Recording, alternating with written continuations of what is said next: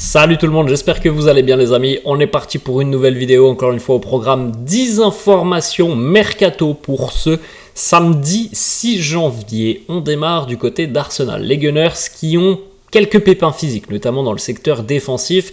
Et Arsenal se montre intéressé par un très jeune défenseur de l'Ajax. Il n'a seulement que 17 ans, le jeune Jorel Hato. Par contre, à 17 ans, il est déjà titulaire du côté de l'Ajax. Dans une équipe de l'Ajax qui est en difficulté cette saison, en grande difficulté même.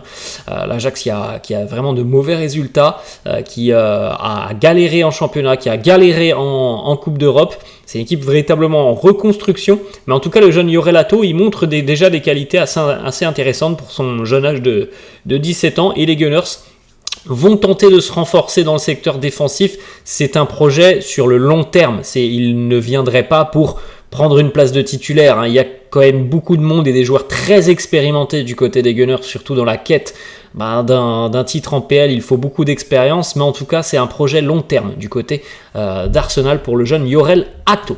On continue, on va cette fois-ci du côté du FC Séville et c'est un joueur qui était suivi par l'OM notamment en début de semaine. Lucien Agoumé ne rejoindra pas l'Olympique de Marseille.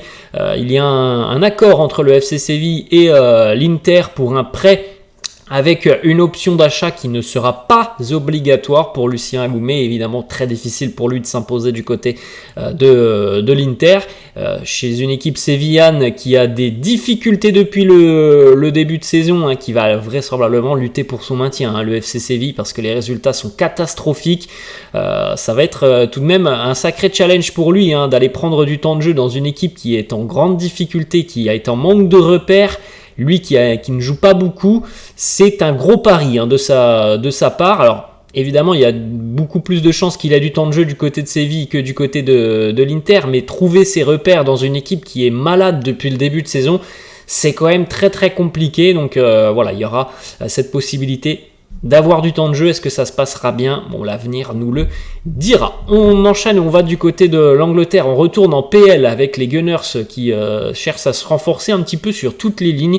Et on a cette information puisque Ivan Toney, vous le savez, il est suspendu depuis près d'un an et demi maintenant pour des histoires de paris sportifs. Mais en tout cas, l'attaquant de Brentford va bientôt faire son retour sur les terrains de PL après donc un an et demi d'absence. Bon, on verra comment ça se passera pour lui, parce qu'un an et demi sans véritable compétition, ça peut être quelque chose évidemment qui pose problème, mais il y a toujours beaucoup de clubs anglais qui sont intéressés et qui n'ont pas oublié surtout les performances d'Ivan Toney avant donc cette suspension infligée par la fédération anglaise de football. Notamment les Gunners, il y a d'autres clubs aussi, Chelsea qui reste toujours à l'affût. Brentford demande 130 millions d'euros pour Ivan Toney. D'ailleurs, l'entraîneur de Brentford a d'ores et déjà annoncé qu'on ne souhaitait pas le vendre, mais qu'évidemment, s'il y avait une offre qui ne se refuse pas, eh bien, on le laisserait partir. Mais voilà, une offre qui ne se refuse pas, ça veut dire 130 millions d'euros. Est-ce qu'Arsenal est en mesure d'aller poser 130 millions d'euros pour, il est vrai, un attaquant qui a marqué 60 buts sur les 3 dernières saisons? C'est une question que l'on peut se poser quand tu as eu quand même, là pour le coup, c'est extra sportif, mais ça fait un an et demi qu'il n'a pas joué, Ivan Toney. Donc poser une telle somme sans avoir de garantie assez récente sur les prestations et les performances du joueur, c'est quand même un gros coup de poker que pourraient prendre les Gunners. On enchaîne, on va du côté de l'Italie. Paulo Dybala, puisque plusieurs clauses sont incluses dans le contrat de Dybala. Alors il y a eu pas mal de pépins physiques pour lui depuis le début de saison avec la Roma. En tout cas, il ne reste pas moins le meilleur passeur de Serie A et aussi un bon buteur parce qu'il est déjà à 4 buts en seulement 12 matchs de Serie A et 6 passes D. Donc c'est quand même plutôt des stats très positives. Il faut savoir qu'il y a des clauses dans son contrat assez spéciales. Une clause libératoire de 12 millions d'euros avant le 15 janvier. Donc si un club arrive avec 12 millions d'euros avant le 15 janvier, eh bien Paulo Dybala pourra quitter le club. Ensuite, il y a une autre clause, 12 millions d'euros qui sera valide aussi du 1er juillet au 31 juillet.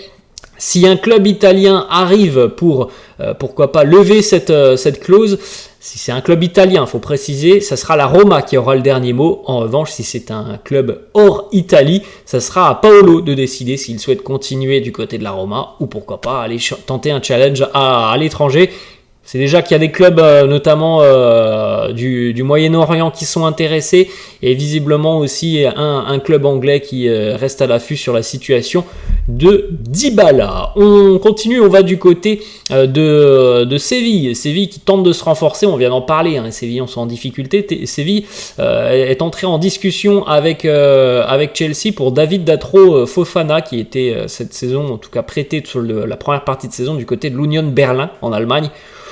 Bon, ça n'a pas été un prêt hyper concluant pour David Datro Fofana, qui en plus de ça est arrivé dans une période où l'Union a galéré. Ça fait 3 ans que l'Union est hyper performant, et là, la première partie de saison, ça a été une catastrophe pour l'Union avec la Ligue des Champions. David Datro Fofana donc, pourrait atterrir du côté de Séville.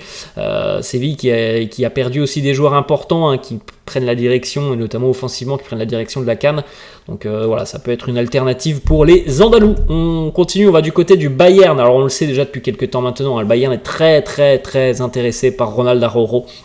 Il y a vraisemblablement une option pour que Ronald Araujo quitte le Bayern, puisqu'il y a une clause dans son contrat, mais à l'heure actuelle, on ne sait pas forcément quel est le montant de cette clause. Ce que l'on sait, c'est que le Bayern serait prêt à débourser plus de 70 millions d'euros pour lui.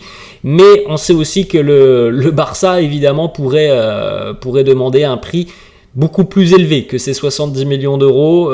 Thomas Tuchel en fait tout de même l'une de ses priorités. Comme Harry Kane était une priorité offensive l'été dernier, eh bien Ronald Araujo est une priorité dans le secteur défensif. Maintenant, très compliqué d'imaginer un départ d'Araujo sur ce mercato hivernal. Il y aura certainement des discussions cet été pour le défenseur uruguayen. On va du côté toujours du Bayern, puisque le Bayern cherche activement aussi un défenseur central, et ça semble compliqué comme on vient de le dire pour Ronald Araujo. Il y a une option beaucoup plus réalisable, c'est Eric Dyer, le défenseur anglais des Spurs de Tottenham, qui ne joue pas beaucoup du côté des Spurs. Alors Eric Dyer, c'est pas forcément un défenseur central de métier, c'est quelqu'un d'assez polyvalent. En tout cas, il y a déjà eu des discussions entre le joueur et Thomas Tuchel. Thomas Tuchel lui a dit: si tu viens, c'est pour jouer en défense centrale. Il y a eu un accord donc entre le joueur et Tuchel, entre le joueur et le Bayern. Tottenham a d'ores et déjà aussi annoncé et ouvert la porte à un départ d'Eric Dyer. Maintenant, voilà, il va falloir tomber d'accord entre le Bayern et Tottenham sur les prochains jours. Ensuite, on va du côté du Benfica, où le club lisboète a peut-être réalisé un nouveau gros coup. On sait que le Benfica, c'est une équipe qui en général réussit des plus-values incroyables. On rappelle notamment Darwin Núñez, João Félix, hein, ce sont des joueurs qui ont été vendus à des prix complètement démentiels. Et là, le Benfica vient d'acheter un joueur qui arrive du Brésil, Marcos Leonardo, attaquant de Santos. Une trentaine de buts sur les 3 dernières saisons au Brésil. Il n'a que 20 ans. Benfica a payé 18 millions d'euros plus 10% sur une éventuelle revente.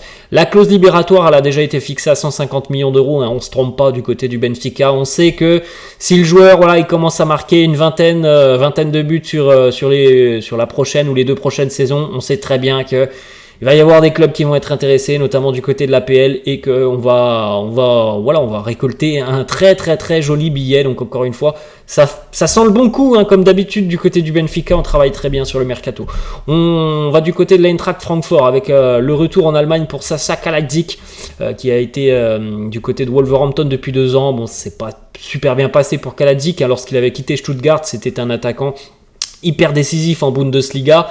L'arrivée en PL a été beaucoup plus compliquée pour lui, donc le retour en Allemagne semble toute logique, et ça lui permettra certainement de retrouver, je pense, un petit peu de confiance devant le but. Et on termine avec une petite information qui concerne l'Olympique Lyonnais et Botafogo. Alors les 2 propriétés de John Textor, hein, et donc évidemment on a des petits échanges de joueurs qui arrivent en provenance de Botafogo. On en a eu 2 qui sont arrivés à Lyon. Là on a le chemin inverse.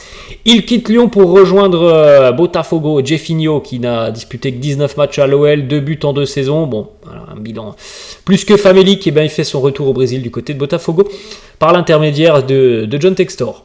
Voilà les amis, la fin de cette vidéo, j'espère que ça vous a plu. N'hésitez pas comme d'hab à lâcher un petit pouce bleu, n'hésitez pas non plus à vous abonner à la chaîne, je vous laisse et je vous dis à la prochaine, ciao.